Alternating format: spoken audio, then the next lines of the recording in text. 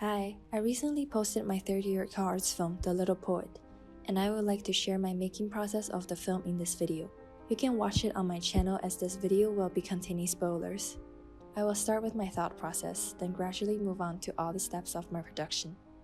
I started this film during summer along with a few other ideas such as a memory I had in Rome and also a goldfish suspense story.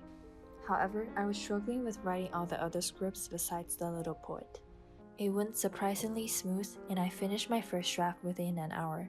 I love the potential of the whimsicalness and the cuteness of the script. In fact, the concept of the film actually began with the simple and silly idea of wanting to sleep in a museum that I wrote in my memo. And that's why the initial title was actually I Wish I Could Live in a Museum. I've also had a lot of other options for the title and have only settled with The Little Poet almost by the end of my production, which I think is the best title as it also parallels with The Little Prince. After coming back to school, I had the opportunity to consult my teachers and friends about the script and started researching art history.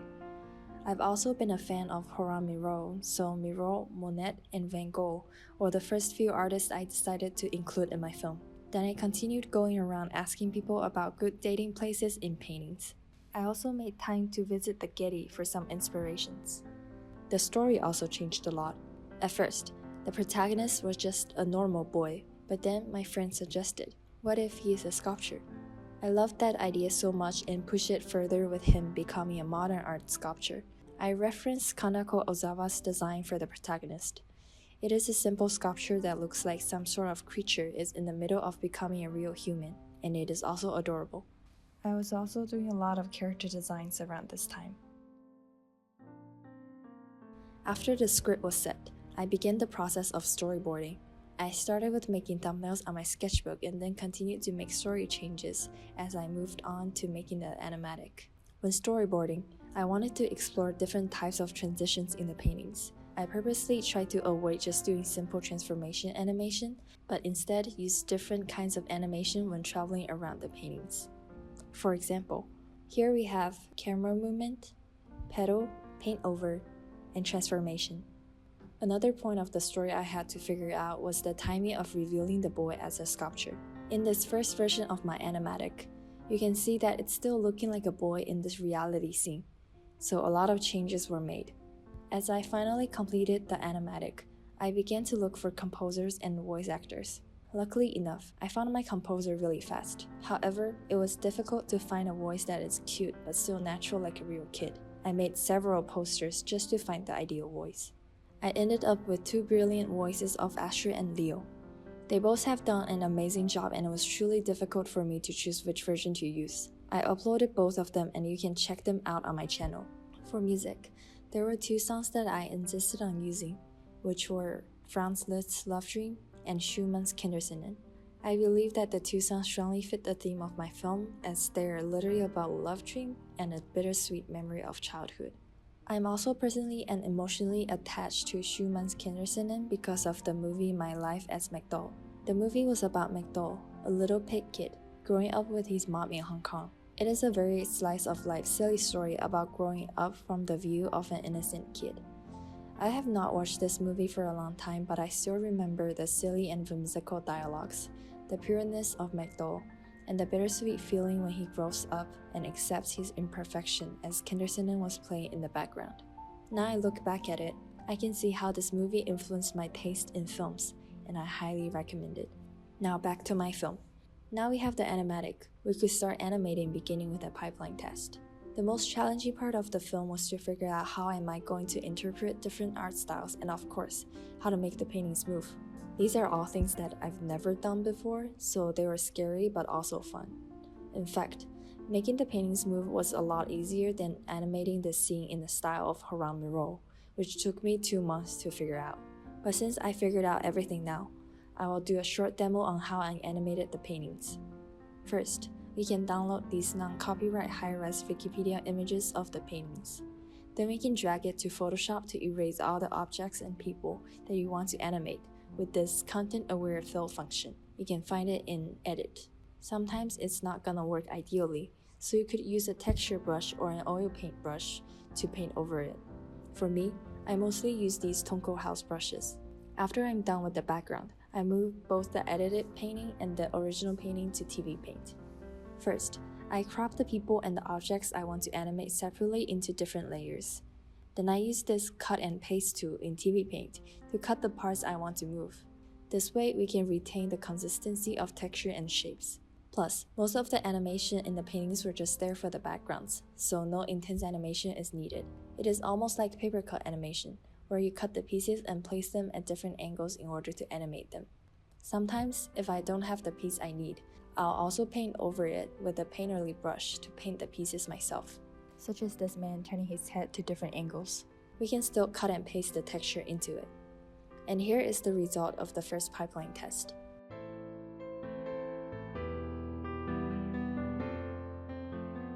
Simple like that.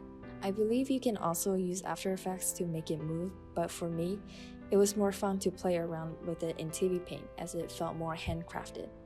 All my backgrounds were done in Photoshop, and most of them are pretty straightforward. For the painting ones, besides what I explained earlier, I also used a technique where I made some of them into a collage. This long background of the Paris street was composed of 3 different paintings, and this one was a collage of several different Monet paintings being put together to create the Monet garden. For the rest of them, I was mainly following my color script. When I was designing the color script, I wanted the first section of the film to be highly saturated with the yellow color, where it feels unreal like the protagonist is imagining its own world. I also wanted to make it more illustration-ish and flat by adding patterns and texture. To achieve that, I scanned some papers and made them into looped animation so I can use them later on. And then as we enter into the painting world, it becomes even more colorful. But when the fantasy ended, we were back to the blue and cold reality, where I chose to render more with shadows and lighting so it feels more realistic, creating a contrast with the imaginary world. When the protagonist cheers itself up, the sun rises, and the color becomes yellowish again, connecting back to the beginning of the film. There were 50 shots in total, approximately 50 backgrounds. For animation, I tried to focus on the cuteness in acting, which was one of the funnest parts for me. I am not really a fan of character animation, so it was more fun for me to explore animating in different styles such as the sketchbook scene. This is actually the last shot I've done as I did not want to start on it because I didn't know how to do it at all. I've also considered just using the After Effects 3D camera, but still decided to go with the hand-drawn animation in TV Paint. It was actually pretty fun once I started on it, since there is so much freedom to it. The experimental animation parts were mostly animated straight ahead, with really sketchy roughs. On the other hand, for character animation, they've gone through roughs, cleans, and then color. Here's a shot. It might be scary here, darling. They say when the night falls, everything will come to life. They will party everywhere and reveal their disguises. It might be scary, darling. They say when the night falls, the ghosts appear. The paintings come alive everywhere, revealing their disguises and giving you a scare. Scary, darling. They say when the night falls, the ghosts appear. The paintings come alive everywhere, revealing their disguises and giving you a scare. It was a long journey working on all the development and animation. Now we finally come to compositing, the most fulfilling part of the final production. I put everything into After Effects to add lighting, shadows, blurs, glow, texture, and other special effects. After everything is done, we can then take it to Adobe Premiere to do the final compositing and hand it to the sound people to do the sound mix and final touch-up. Overall, this was a very challenging film for me as most of the production techniques were new to me. It took me 9 months to complete this film, and I would say I was enjoying about 75% of the production, as I was very invested in my characters and story. It was really fun at first as I was very passionate about the idea. However, the more I am attached to my film, the more pressure and anxiety I felt to make it good. But in the end, I am proud of what it turned out to be as I put 100% of my effort into this film. Last year, on the other hand, I stayed in my comfort zone by making an animated music video. My purpose was just to have a film done, so I wasn't ambitious with it at all. However, watching everyone's film at the CalArts Open Show last year really inspired me and led me to the production of The Little Poet. The reason I'm sharing this is that I want to learn to balance expectations and efforts in the future. Through the production of this film, I felt I found my voice as a filmmaker and then also as an artist. And from that, I like to learn to take it one step at a time while still giving my best work. I learned how to make myself happy, how to make the people I love happy, how to take it slow, be patient, be genuine, like the little poet.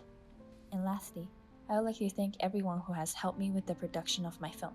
This film could never become the way it is right now without all the help and support I've received. Thank you so much for watching. I hope this video helped you in some way. See you next year.